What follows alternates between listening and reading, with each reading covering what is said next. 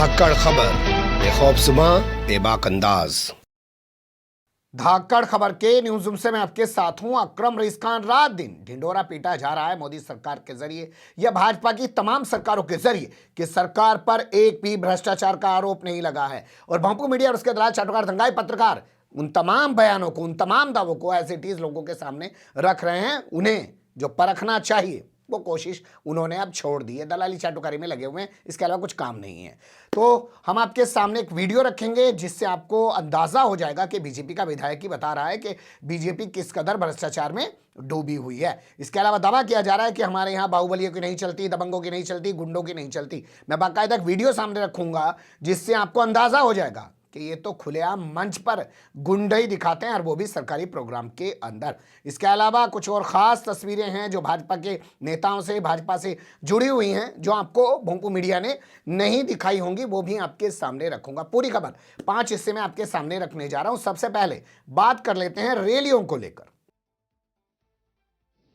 रैलियों की बाढ़ आजकल उत्तर प्रदेश में आई हुई है। यूं तो 5 राज्यों में चुनाव है, लेकिन सबसे ज्यादा फोकस उत्तर प्रदेश पर भाजपा ने कर रखा है। तो अभी जो रैलियों की स्थिति उभर रही है और वहां पे जो विरोध के सुर उभर रहे हैं वो आपके सामने रखूं। उससे पहले ये खबर देख लीजिए एबीपी न्यूज की। हर हफ्ते ये अपना एक ओपिनियन पोल जारी कर देता है, तो इस हफ्ते इसने अपना ओपिनियन पोल जारी किया है जो सी वोटर के साथ ही करता है। इस हफ्ते की रिपोर्ट के मुताबिक कहा जा रहा है कि आदित्यनाथ योगी की या भाजपा की जो लोकप्रियता है उसमें 1% की कमी आ गई है और समाजवादी पार्टी और अखिलेश यादव की लोकप्रियता में 1% का इजाफा हो गया है। यह सब उस दौर में हो रहा है जब एयरपोर्ट बनाने के दावे किए जा रहे हैं। यह सब उस दौर में हो रहा है जब काशी के अंदर जो है विश्वनाथ कॉरिडोर बनाया जा रहा है। यह सब उस दौर में हो रहा है जब शाहजहां में खड़े होकर 594 किलोमीटर लंबा एक्सप्रेसवे बनाने के दावे किए जा रहे हैं। उस दौर में इनकी टीआरपी गिर रही है, लेकिन अपनी टीआरपी बचाने के लिए कर क्या रहे हैं ये देख लीजिए। न्यूज लॉन्ड्री की खबर मैं आपके सामने रख रहा हूं। न्यूज लॉन्ड्री की, जिनके यहां पर छापेमारी कराई जाती है, जिनके खिलाफ मुकदमे कराए जाते हैं, जिनके चैनल पे मुकदमे करा देता है इंडिया टुडे आज तक जैसा चैनल के साथ हमारी क्लिप यूज कर लिया, ये कर लिया, वो कर लिया, उस न्यूज लॉन्ड्री की बात कर रहा हूं। उन्होंने एक रिपोर्ट छापी है और इस रिपोर्ट में दावा किया है कि पिछले 5 साल के दौरान, कितने साल के दौरान, पिछले 5 साल के दौरान मोदी सरकार ने 5,666 करोड़ रुपए यानी कि 5666 करोड़ रुपए विज्ञापन पर खर्च कर दिए हैं। साल के हिसाब से जो उन्होंने बताया वो नोट कर लीजिए। 2016 में बताया कि 1264 करोड़ रुपए जो हैं इन्होंने विज्ञापन पे खर्च कर दिए। इसी तरीके से 2017 में 1313 करोड़ रुपए इन्होंने विज्ञापन पर खर्च कर दिए। इसी तरीके से 2018 में इन्होंने 1169 करोड़ रुपए विज्ञापन पर खर्च कर दिए। पानी की तरह पैसा बहाया जा रहा।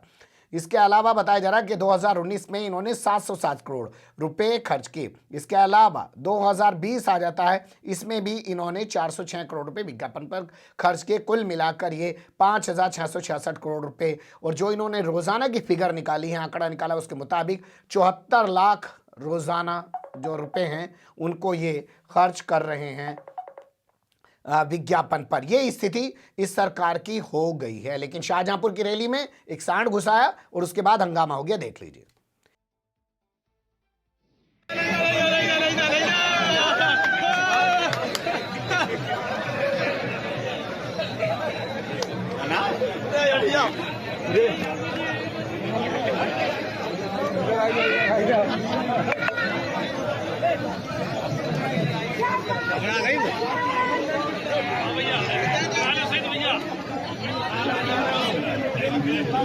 शाहजहांपुर की वही रैली है जहां पे गंगा एक्सप्रेसवे का कल प्रधानमंत्री नरेंद्र मोदी ने उद्घाटन किया। आदित्यनाथ योगी भी इस मौके पर वहां मौजूद थे। अब इसके अलावा एक दिलचस्प तस्वीर और आई है जो परसों लखनऊ में अमित शाह मौजूद थे और उन्होंने संजय निषाद के साथ एक वहां पर रैली की। उस रैली में 69,000 शिक्षक भर्ती घोटाले के जो पीड़ित हैं वो पहुंच गए और उन्होंने जमकर नारेबाजी की। किस तरीके की नारेबाजी हुई वो देख लीजिए।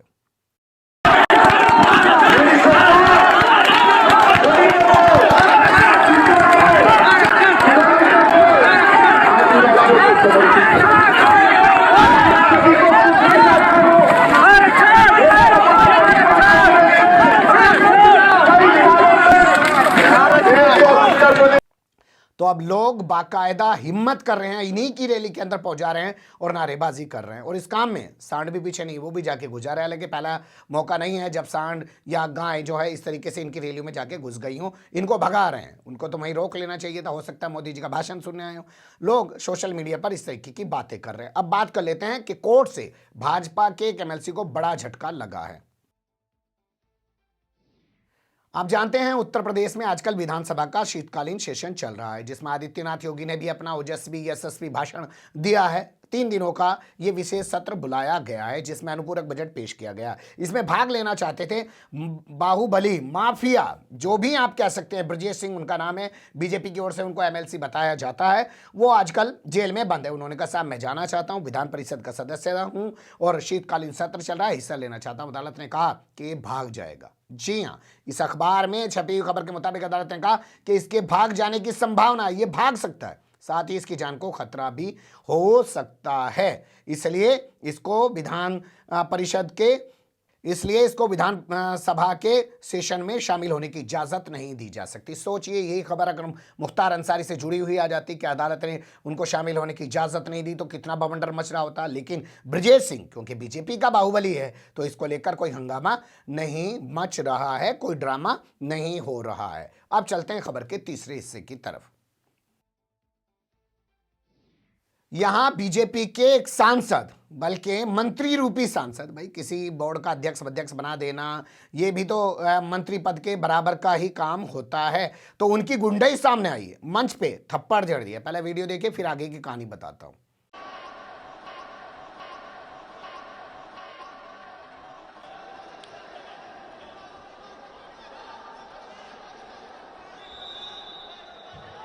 देख लिया वीडियो, ये हाल है। और दूसरे मंत्री महोदय पकड़ रहे हैं, वरना और भी मारा जाता उनको।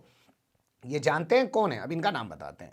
उत्तर प्रदेश की गोंडा लोकसभा सीट है, वहां से बीजेपी के सांसद हैं। नाम हुआ करता है इनका ब्रजभूषण शरण सिंह। अपने बोल बच्चों के लिए हमेशा जाने जाते हैं।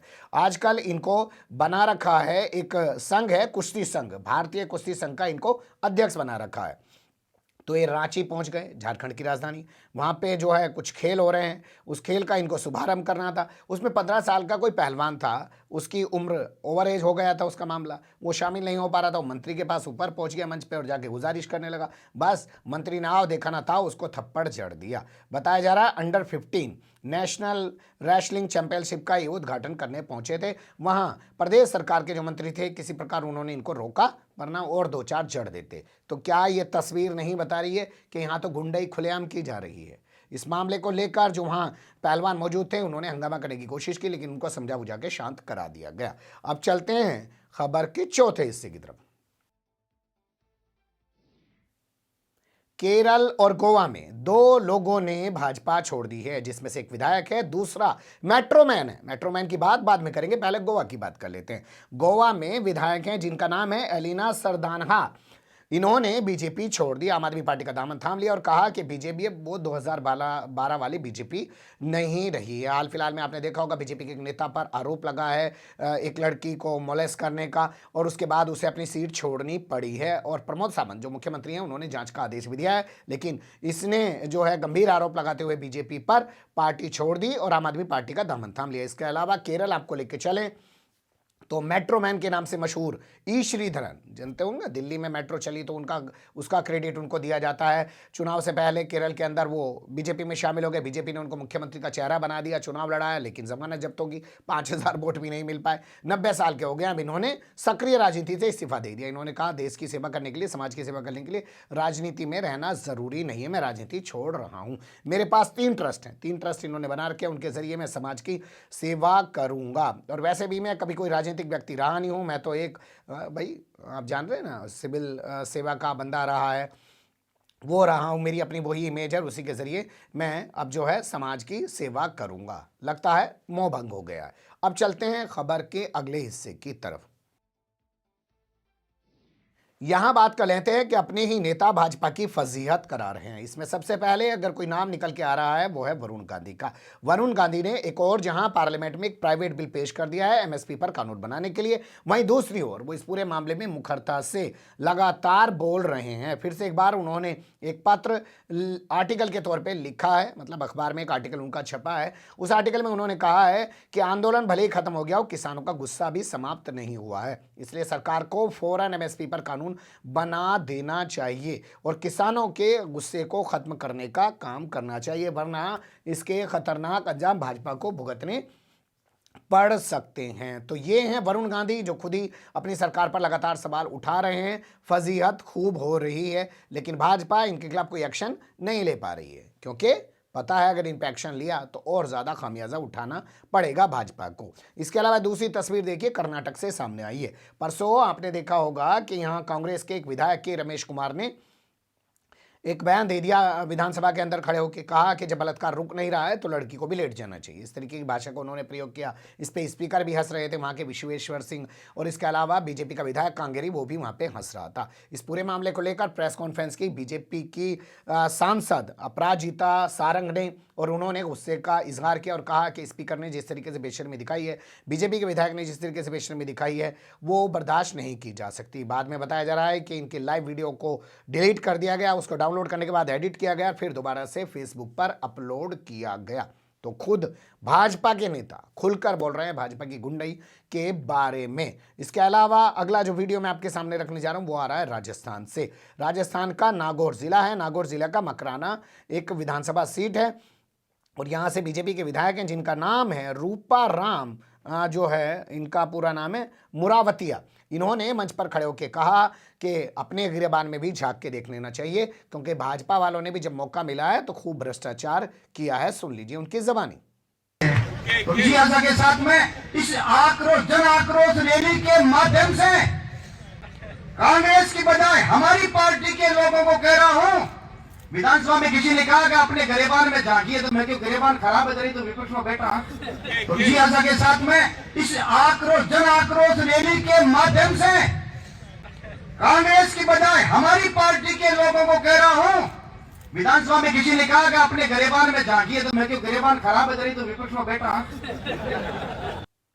सुन लिया आपने, उन्होंने कहा मैं कांग्रेस के लोगों को नहीं कह रहा हूं, अपने लोगों को कह रहा हूं, और अपने गिरेबान में झांक के देख रहे हैं, तभी तो हम लोग विपक्ष में बैठे हैं। यानी कि जब मौका मिला था तो खूब भ्रष्टाचार किया था, लेकिन रात दिन दावे किए जा रहे हैं कि भाजपा भ्रष्टाचार नहीं करती और उस पर कोई भ्रष्टाचार का आरोप नहीं लगता है। वैसे आप इसको ऐसे भी समझ सकते हैं कि टेनी वाले मामले में कितना हल्ला मचा हुआ है, अभी तक उससे इस्तीफा नहीं लिया है, क्योंकि इस्तीफा लेंगे तो रिकॉर्ड में दर्ज हो जाएगा कि साहब उस पर आरोप लगा, उन्होंने इस्तीफा ले लिया और ये झुक गए हैं, और कल को फिर ये नहीं कह पाएंगे कि हमारे किसी आदमी पर आरोप नहीं लगा, इस्तीफा ले लिया। तो इसीलिए जानबूझ के कोई भी एक्शन नहीं लेते हैं अपने किसी भी आदमी के खिलाफ, चाहे भ्रष्टाचार का आरोप लगे चाहे गुंडई का आरोप लगे। मंच पर थप्पड़ मार रहा है पहलवान को, लेकिन अभी तक उस नेता के खिलाफ कोई कार्रवाई भाजपा की तरफ से नहीं की गई है। ये एक बुलेटिन था, तमाम चीजें समेट के आपके सामने रखी, अच्छी बुरी जो भी लगी हो आप लोग अपनी राय दे सकते हैं। खबर को लाइक कर सकते हैं, चैनल को सब्सक्राइब कर सकते हैं और ज़्यादा से ज़्यादा हमारी खबरों को शेयर कर सकते हैं। फिर ऐसे ही किसी सुलगते हुए या उलझते मुद्दे लेकर मैं आपके सामने हूँगा हाजिर। फिलहाल अभी मुझे दें इजाजत।